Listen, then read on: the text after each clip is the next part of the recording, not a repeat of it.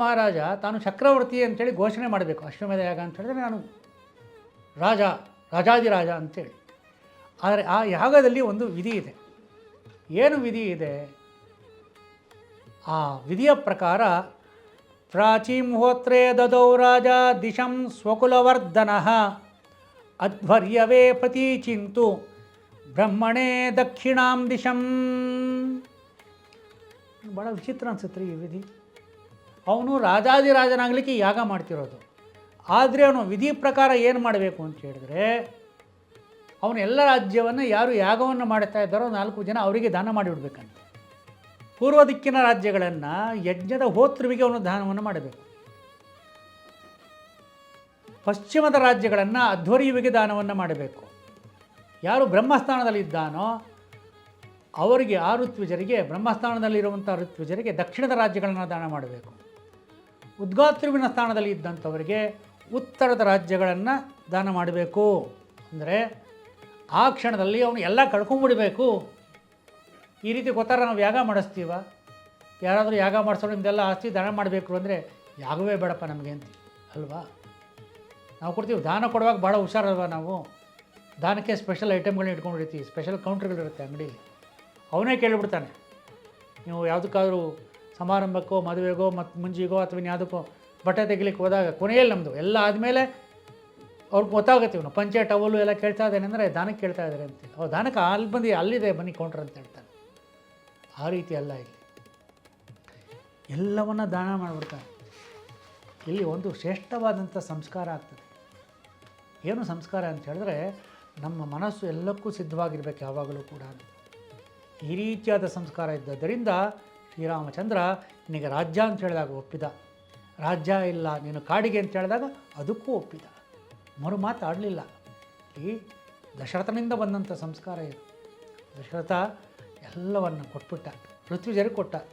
ಅವ್ರು ಹೇಳ್ತಾರೆ, ಅಪ್ಪ ಎಲ್ಲವನ್ನು ಇಷ್ಟೆಲ್ಲ ಕೊಟ್ಬಿಟ್ಟಲ್ಲ, ನಮ್ಗೆ ಸಾಧ್ಯನಾ?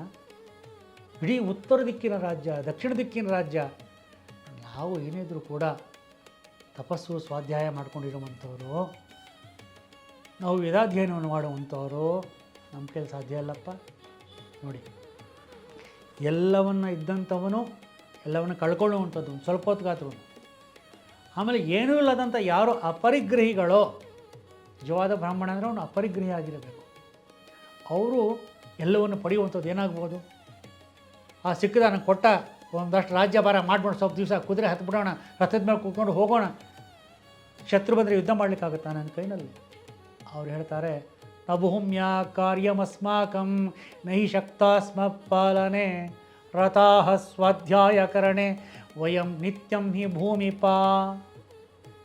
ಏ ಭೂಪತಿಯೇ, ನಮಗೆ ಯಾವುದು ಬೇಡಪ್ಪ. ಇದನ್ನು ಪಾಲನೆ ಮಾಡಲಿಕ್ಕೆ ನಮ್ಮ ಕೈಯಲ್ಲಿ ಸಾಧ್ಯವಾಗ್ತದ? ಖಂಡಿತ ಅದರ ರಕ್ಷಣೆ ನಮಗೆ ಸಾಧ್ಯ ಇಲ್ಲ. ನಾವು ವೇದಾಧ್ಯಯನದಲ್ಲಿ ಸದಾ ತೊಡಗಿರುವಂಥವರು, ನಮಗಿದು ಸಾಧ್ಯ ಇಲ್ಲ ಹೇಳ್ತಾರೆ. ಯಜ್ಞಕ್ಕೆ ಮೊದಲು ಇಡೀ ಭೂಮಂಡಲವನ್ನು ಗೆಲ್ಲುವಂಥದ್ದು, ಯಜ್ಞದಲ್ಲಿ ಗೆದ್ದದ್ದೆಲ್ಲವನ್ನು ಕೂಡ ದಾನವನ್ನು ಕೊಡುವಂಥದ್ದು. ಯಾರು ಕೇವಲ ಮಾರ್ಗದರ್ಶನದಿಂದ ಸಮಾಜದಲ್ಲಿ ಶ್ರೇಷ್ಠರೋ, ಯಾರ ಪಾದ ಕಮಲಗಳಿಗೆ ಚಕ್ರವರ್ತಿಯ ಕಿರೀಟದ ಮುಕುಟಮಣಿಯು ಸ್ಪರ್ಶ ಮಾಡ್ತದೋ ಅಂಥವರು ತಮಗೆ ರಾಜ್ಯ ಸಿಕ್ಕಿದಾಗ ಆ ಅಪರಿಗ್ರಹಿಗಳು ಭೂಮಂಡಲದ ಒಡೆಯರಾಗ್ತಾರೆ. ಆದರೆ ಆ ಸಮಯದಲ್ಲಿ ಅವರ ಮನಸ್ಸು ಹೇಗಿಟ್ಕೊಳ್ಬೇಕು? ಒಬ್ಬ ಎಲ್ಲವನ್ನು ಕಳ್ಕೊಳ್ಳೋದು, ಇನ್ನೊಬ್ಬ ಎಲ್ಲವನ್ನು ಪಡ್ಕೊಂಡ್ರೂ ಕೂಡ ಅವರ ಮನಸ್ಥಿತಿ ಏನು ಅಂತ ಹೇಳಿದ್ರೆ, ಆಗ ಅವ್ರಿಗೆ ಹೇಳ್ತಾರೆ, ಇಲ್ಲಪ್ಪ ಇಲ್ಲ ನಮಗೇನು ಬೇಡ. ಅಂದರೆ ಎಲ್ಲವನ್ನೂ ಕೂಡ ನಾವು ತ್ಯಾಗದಿಂದ ವೈಭವೀಕರಣ ಮಾಡುವಂಥವ್ರು. ಈ ದೇಶದ ಹಿರಿಮೆ ಏನು ಅಂತ ಹೇಳಿದ್ರೆ ತ್ಯಾಗ ವೈಭವ. ಅವರು ಎಂಥವರು? ಅವರು ತ್ಯಾಗರಾಜರು, ರಾಮನ ಆರಾಧನೆಯನ್ನು ಮಾಡಿದವರು. ಅಂದಿಂಥ ರಾಜರಲ್ಲ, ತ್ಯಾಗದ ರಾಜರು, ತ್ಯಾಗರಾಜರು. ತ್ಯಾಗ ಈ ದೇಶದ ಮಣ್ಣಿನ ಗುಣ. ಈ ದೇಶದ ಶ್ರೇಷ್ಠತೆ ಏನು ಅಂತ ಹೇಳಿದ್ರೆ ತ್ಯಾಗವೇ. ಅದಕ್ಕೆ ತ್ಯಾಗೇ ನೈಕೇನ ಅಂತ ಹೇಳಿರುವಂಥದ್ದು. ತ್ಯಾಗದಿಂದಲೇ ಅಮರನಾಗಲಿಕ್ಕೆ ಸಾಧ್ಯ. ತ್ಯಾಗದ ಮಹಿಮೆ ಅಂಥದ್ದು. ಅವ್ರು ಹೇಳ್ತಾರೆ, ನೋಡು, ನಮಗೇನಾದರೂ ಕೂಡ ಇದಕ್ಕೆ ಬದಲಾಗಿ ನಿಷ್ಕ್ರಯಂ ಕಿಂಚಿದೇವೇಹ ಪ್ರಯಚ್ಛತು ಭವಾನಿತಿ ಮಣಿರತ್ನಂ ಸುವರ್ಣಂ ವಾ ಗಾವೋ ಯದ್ವಾ ಸಮುದ್ಯತಂ. ಬೇಡಪ್ಪ ಬೇಡ, ರಾಜ್ಯ ಎಲ್ಲ ನೀನೇ ತೊಗೊಂಡು ವಾಪಸ್ ಕೊಟ್ಬಿಟ್ರು ಅಲ್ಲೇನೆ. ನೋಡಿ, ನಮ್ಮದು ಯಾವುದೋ ಅದಲ್ಲಿ ನಾವು ನಿಲ್ಲಬೇಕು. ಇದು ಸಂದೇಶ. ನನಗೆ ಭಗವಂತ ಏನು ಕೊಟ್ಟಿದ್ದಾನೆ, ಯಾವುದ್ರಲ್ಲಿ ಇಟ್ಟಿದ್ದಾನೆ ನನ್ನಲ್ಲಿ, ಭಗವಂತ ಇಟ್ಟಂಗೆ ಇರ್ತೀನಿ ಅಂತ ಸುಮ್ಮನೆ ಬಾಯಿ ಮಾತು ಹೇಳೋದಲ್ಲ. ನಾವೇನು ಹೇಳ್ತೀವಿ? ಬಾಯಿ ಮಾತು ಹೇಳ್ತೀವಿ. ದೇವ್ರು ಇಟ್ಟಂಗೆ ಇರಲಪ್ಪ ಅಂತೇಳಿ. ದೇವ್ರು ಇಟ್ಟಂಗೆ ಇರೋದಿಲ್ಲ ಅನೇಕ ಸಲ. ನಾವು ಇಷ್ಟು ಸಂಪತ್ತು ಬಂದು ಯಾರಾದರೂ ಬಿಡ್ತೀವ ನಾವು? ಇರಲಪ್ಪ ಅಷ್ಟು ದೊಡ್ಡ ರಾಜ್ಯ ಬೇಡ, ನಮಗೊಂದು ಸಣ್ಣ ರಾಜ್ಯ ಕೊಡಿ ಇಟ್ಕೊಳ್ತೀವಿ ಅಂತ ಹೇಳ್ತೀವಲ್ವ? ಇನ್ಯಾರು ಬಿಟ್ಟರೆ ರಾಜ್ಯ ನಡೆಸ್ತೀವಿ ಅಂತ ಹೇಳ್ತೀವಲ್ವ? ಇಲ್ಲ, ಹೇಳ್ತಾ ಇದ್ದಾರೆ ನಿಷ್ಕ್ರಯಂ ಕಿಂಚಿದೇವೇಹ, ಇವೆಲ್ಲವನ್ನು ತೊಗೊಂಡ್ಬಿಡಪ್ಪ ನೀನೇನೆ. ಇದಕ್ಕೆ ಬದಲಾಗಿ ಏನಾದರೂ ಸ್ವಲ್ಪ ಕೊಡು ನಮಗೆ, ಸ್ವಲ್ಪ ಚಿನ್ನ ಬೆಳ್ಳಿ, ಸ್ವಲ್ಪ ಹಸು. ಆ ದಿವಸಗಳಲ್ಲಿ ಗೋಧನ ಪ್ರಧಾನವಾದಂಥ ಧನ, ಎಷ್ಟು ಗೋವಿತ್ತು ಅನ್ನೋದರ ಮೇಲೆ ಅವನು ಎಷ್ಟು ಶ್ರೀಮಂತ ಅಂತ ಹೇಳ್ತಾಯಿದ್ರು. ಹೇಳ್ತಾರೆ ಹಸು ಇವೆಲ್ಲವನ್ನು ಏನಾದರೂ ಕೊಡು ನಮಗೆ, ರಾಜ್ಯದಿಂದ ನಮಗೇನೂ ಕೂಡ ಪ್ರಯೋಜನ ಇಲ್ಲ. ಆಗ ದಶರಥ ಮಹಾರಾಜ ಅವ್ರು ಹೇಳಿದಂತಲೇ ನಡ್ಕೊಳ್ತಾನೆ. ವಾಪಸ್ ಅವನಿಗೆ ರಾಜ್ಯ ಸಿಕ್ಕಿತು. ಇವರು ಅದಕ್ಕೆ ಬದಲಾಗಿ ಕೇಳಿದ್ರಲ್ಲ, ಅವನು ಕೊಟ್ಟ. ಅವನು ಏನು ಕೊಟ್ಟ ಅಂತೇಳಿ, ಎಷ್ಟು ಕೊಟ್ಟ ಅಂತೇಳಿ ಅದನ್ನು ಹೇಳ್ತಾರೆ ಇಲ್ಲಿ. ಅವನು ಗವಾಂಶತ ಸಹಸ್ರಾಣಿ ದಶತೇಭ್ಯೋ ದದೌ ನೃಪಃ ದಶಕೋಟಿ ಸುವರ್ಣಸ್ಯ ರಜತಸ್ಯ ಚತುರ್ಗುಣಂ. ಗೋಸಂಪತ್ತು ಎಷ್ಟಿತ್ತು ರೀ ಆ ಅಶ್ವಮೇಧ ಯಾಗದಲ್ಲಿ? ದಶರಥ ಮಹಾರಾಜ 10 ಲಕ್ಷ ಹಸುಗಳನ್ನು ಕೊಟ್ಟ, 10 ಕೋಟಿ ಸುವರ್ಣ ನಾಣ್ಯಗಳನ್ನು ಕೊಟ್ಟ. ರಜತಸ್ಯ ಚತುರ್ಗುಣಂ ಅಂದರೆ ಬಂಗಾರದ ನಾಣ್ಯಕ್ಕಿಂತ 4 ಪಟ್ಟು ಅಂತ ಹೇಳಿದ್ರೆ 40 ಕೋಟಿ ಬೆಳ್ಳಿಯ ನಾಣ್ಯಗಳನ್ನು ಕೊಟ್ಟ. ಇಷ್ಟೊಂದು ಬಂದ್ಬಿಡ್ತು. ಸಾವಿರಾರು ಜನ ಋತ್ವಿಜರು. ಇದನ್ನು ಹೇಗೆ ಹಂಚ್ಕೊಳ್ಬೇಕಲ್ವ? ಇವತ್ತು ನೋಡ್ತೀವಿ ಎಲ್ಲ ವಿಚಾರದಲ್ಲೂ ಕೂಡ ನಾವು ಮಾತಾಡೋ ಅಗತ್ಯವಿಲ್ಲ. ಕೆಲವು ಸಲ ನಾವೇ ಸಂಭಾವನೆ ಕೊಡೋದಿಲ್ಲ, ಭಾಳ ಚಿಪ್ಪುಡ್ತನ ಮಾಡ್ತೀವಿ. ನಮಗೆ ನಾವು ಎಷ್ಟೋ ಸಣ್ಣ ಮೊತ್ತ ಕೊಟ್ಟು ನಮಗೆ ಎಲ್ಲ ಆಗಬೇಕು, ಆ ರೀತಿ ಅನುಗ್ರಹ ಆಶೀರ್ವಾದ ಮಾಡಬೇಕು ಅಂತ ಬಯಸ್ತೀವಿ. ಅದಕ್ಕೆ ತಕ್ಕಂತೆ ಸಂಭಾವನೆ ಗುರುದ ದಕ್ಷಿಣೆ ಕೊಡಬೇಕಲ್ವ? ಅನೇಕ ಬಾರಿ ಕೊಡೋದಿಲ್ಲ. ಕೆಲವು ಬಾರಿ ಕೊಡ್ತೀವಿ, ಭಾಳ ಬಾರಿ ಕೊಡೋದಿಲ್ಲ. ಇಲ್ಲಿ ಆ ರೀತಿ ಸಿಕ್ಕಿದಾಗ ಅದೇನಾಯಿತು ಅಂತ ಹೇಳಿದ್ರೆ, ಆ ಋತ್ವಿದಾರೆ ಎಲ್ಲವನ್ನು ಎಲ್ಲರೂ ಹೋಗಿ ತೊಗೊಳ್ಳಿಲ್ಲ. ಇವಾಗ ಇಷ್ಟು ಲಕ್ಷ ಅಂತೇಳಿಲ್ಲ. ಅವರೆಲ್ಲರೂ ಕೂಡ ಅದನ್ನು ಋಷ್ಯಶೃಂಗನಿಗೆ ವಸಿಷ್ಠರಿಗೆ ಒಪ್ಪಿಸ್ತಾರೆ. ಇದು ನೋಡಿಬಿಡ್ತದೆ. ರಾಮಾಯಣವನ್ನು ನಿಧಾನವಾಗಿ ನೋಡ್ತಾ ಹೋಗಬೇಕು. ಋತ್ವಿಜಸ್ತು ತತಃ ಸರ್ವೇ ಪ್ರದದು ಸಹಿತಾವಸು ಋಷ್ಯಶೃಂಗಾಯ ಮುನಯೇ ವಸಿಷ್ಠಾಯ ಚ ಧೀಮತೆ. ಎಷ್ಟು ಒಳ್ಳೆಯ ಸಂಪ್ರದಾಯಗಳು, ಎಷ್ಟು ಒಳ್ಳೆಯ ರೀತಿ ನೀತಿ, ಯಾವ ರೀತಿಯಾಗಿ ನಡ್ಕೊಳ್ಬೇಕು ನಾವು ಅಂತೇಳಿ. ಅವರಿಬ್ಬರಿಗೆ ಒಪ್ಪಿಸಿದ್ರು. ಅವರಿಬ್ಬರು ಏನು ಮಾಡಿದ್ರು? ನನಗಿಷ್ಟು ನಿನಗಿಷ್ಟು, ಅವ್ರಿಗೆಲ್ಲ ಅಷ್ಟಿಷ್ಟು ಅಂತ ಹೇಳಲಿಲ್ಲ. ಅವರೆಂಥ ಮಹಾತ್ಮರು! ಇವರೇ ಈ ರೀತಿಯಾಗಿ ಋತ್ವಿಜರೇ ಈ ರೀತಿಯಾಗಿ ನಡ್ಕೊಂಡಿರಬೇಕಾದ್ರೆ ಅವರೇನು ಮಾಡಿದ್ರು ಅಂತ ಹೇಳಿದ್ರೆ ಅವರನ್ನು ಮುಟ್ಲೇ ಇಲ್ಲ. ಅವ್ರು ಹೇಳಿದ್ರು, ಇಲ್ಲಿ 10 ಲಕ್ಷ ಹಸುಗಳಿದ್ದಾವೆ, 10 ಕೋಟಿ ಬಂಗಾರದ ನಾಣ್ಯಗಳಿದ್ದಾವೆ, 40 ಕೋಟಿ ಬೆಳ್ಳಿಯ ನಾಣ್ಯಗಳಿದ್ದಾವೆ. ಇದರಲ್ಲಿ ನೀವೆಲ್ಲರೂ ಕೂಡ ನೀವು ಮಾಡಿದ ಈ ಒಂದು ಕೈಂಕರ್ಯಕ್ಕೆ, ಈ ಒಂದು ಸೇವಾ ಕಾರ್ಯಕ್ಕೆ ನಿಮಗೆ ಎಷ್ಟು ಸಲ ಬೇಕೋ ಅಷ್ಟನ್ನು ನೀವು ತೆಗೆದುಕೊಂಡು ಹೋಗಿ. ಅವ್ರಿಗೆ ಬಿಟ್ಟರು, ನೀವು ಈ ಕಾರ್ಯವನ್ನು ಮಾಡಿದ್ದೀರ ಯಾಗದಲ್ಲಿ, ಅದಕ್ಕೆ ನಿಮಗೆ ಎಷ್ಟು ಹಸು ಸಂಭಾವನೆ ಅಷ್ಟು ಹಸು ಹೊಡ್ಕೊಂಡು ಹೋಗಿ. ನೀವು ಇದರಲ್ಲಿ ನಿಮಗೆ ಎಷ್ಟು ಬಂಗಾರದ ನಾಣ್ಯ ಸಿಗಬೇಕು ಅಷ್ಟನ್ನು ತೊಗೊಂಡು ಹೋಗಿ, ಎಷ್ಟು ಬೆಳ್ಳಿಯ ನಾಣ್ಯ ಸಿಗಬೇಕು ಅಷ್ಟು ನೀವು ತೊಗೊಂಡು ಹೋಗಿ.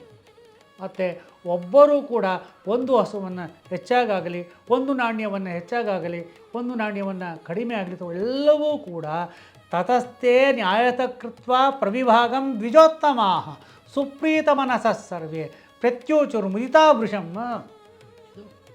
ಪ್ರತಿಯೊಬ್ಬರೂ ಕೂಡ ನ್ಯಾಯತಕೃತ್ವ ತಮಗೆ ಸಲ್ಲಬೇಕಾದಂಥ ಪಾಲುಗಳನ್ನು ಯಾವ ರೀತಿಯಾಗಿ ಪ್ರವಿಭಾಗಂ ದ್ವಿಜೋತ್ತಮ ನ್ಯಾಯತಕೃತ್ವ ವಿಧಿಪೂರ್ವಕವಾಗಿ ಶಾಸ್ತ್ರೋಕ್ತವಾದಂಥ ಕ್ರಮದಲ್ಲಿ ಹೇಳಿದ್ದಾರೆ.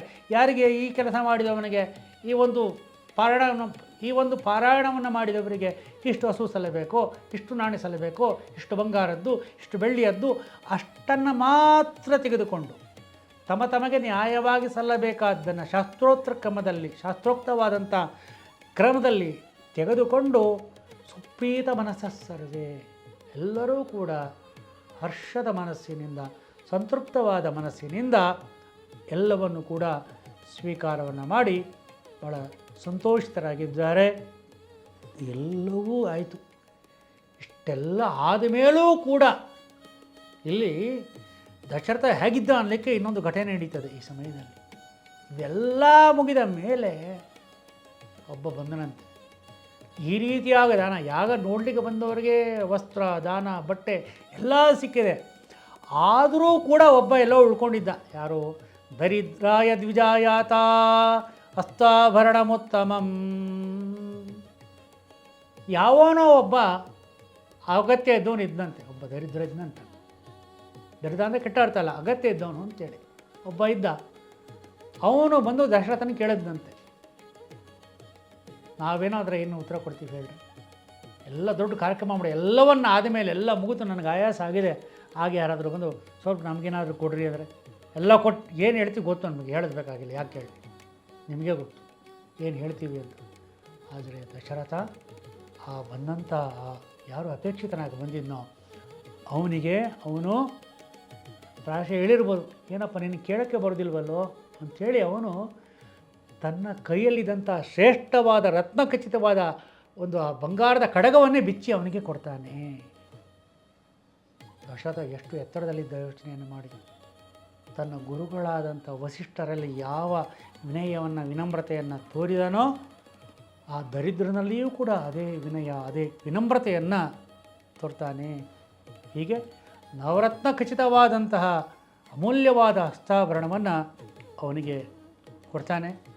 ಹೀಗೆ ಎಲ್ಲರಿಗೂ ಕೂಡ ಸಂತೃಪ್ತ ಮಾಡಿದ್ದಾನೆ. ಎಲ್ಲರೂ ಕೂಡ ಸಂತೋಷದಿಂದ ಇದ್ದಾರೆ. ಎಲ್ಲರಿಗೂ ಕೂಡ ಬಹಳ ಆನಂದ ಆಯಿತು. ಆ ದಶರಥನ ಹೃದಯ ವೈಶಾಲ್ಯವನ್ನು, ಅವನ ಉದಾರತೆಯನ್ನು ಕಂಡು ಅವನು ಎಲ್ಲರಿಗೂ ಕೂಡ ಇಡೀ ಸಾಷ್ಟಾಂಗ ನಮಸ್ಕಾರ ಮಾಡಿಬಿಡ್ತಾನೆ. ಇವೆಲ್ಲರೂ ಬಂದು ಈ ಕಾರ್ಯವನ್ನು ಯಶಸ್ವಿಯಾಗಿ ನೆರವೇರಿಸಿದ್ರಿ, ಇದರ ಶ್ರೇಯಸ್ಸೆಲ್ಲವೂ ಕೂಡ ನಿಮ್ಮದು ಅಂತ ಹೇಳ್ತಾನೆ. ಹೀಗೆ ದಶರಥ ಮಹಾರಾಜ ಆ ಯಾಗವನ್ನು ಪೂರ್ಣ ಮಾಡಿದ್ದಾನೆ. ಪೂರ್ಣ ಮಾಡಿದರೂ ಕೂಡ ಎಲ್ಲವನ್ನ ಮಾಡಿಯೂ ಕೂಡ ತಾನೇನು ಮಾಡಿಲ್ಲ ಅನ್ನುವಂತಹ ಭಾವನೆಯಲ್ಲಿ ಅವನು ಇದ್ದಾನೆ. ಹೀಗೆ ಅಶ್ವಮೇಧ ಯಾಗ ಪೂರ್ಣವಾಯಿತು. ನಾವೆಲ್ಲರೂ ಕೂಡ ಕೇಳಿದ್ದೀವಿ, ರಾಮಾಯಣದಲ್ಲಿ ಪುತ್ರಕಾಮೇಷ್ಟಿ ಅಂತಿದೆ, ಇವರೇನು ಅಶ್ವಮೇಧ ಯಾಗದ ವಿವರಣೆಯನ್ನು ಮಾಡ್ತಾ ಇದ್ದಾರಲ್ಲ ಅಂಥೇಳಿ ಈಗ ಬರ್ತದೆ. ದಶರಥನಿಗೆ ಇದ್ದಂತಹ ಒಂದು ವಿಘ್ನದ ನಿವಾರಣೆಗೋಸ್ಕರ ಅಶ್ವಮೇಧ ಯಾಗ ಮೊದಲು ಮಾಡ್ತಾರೆ.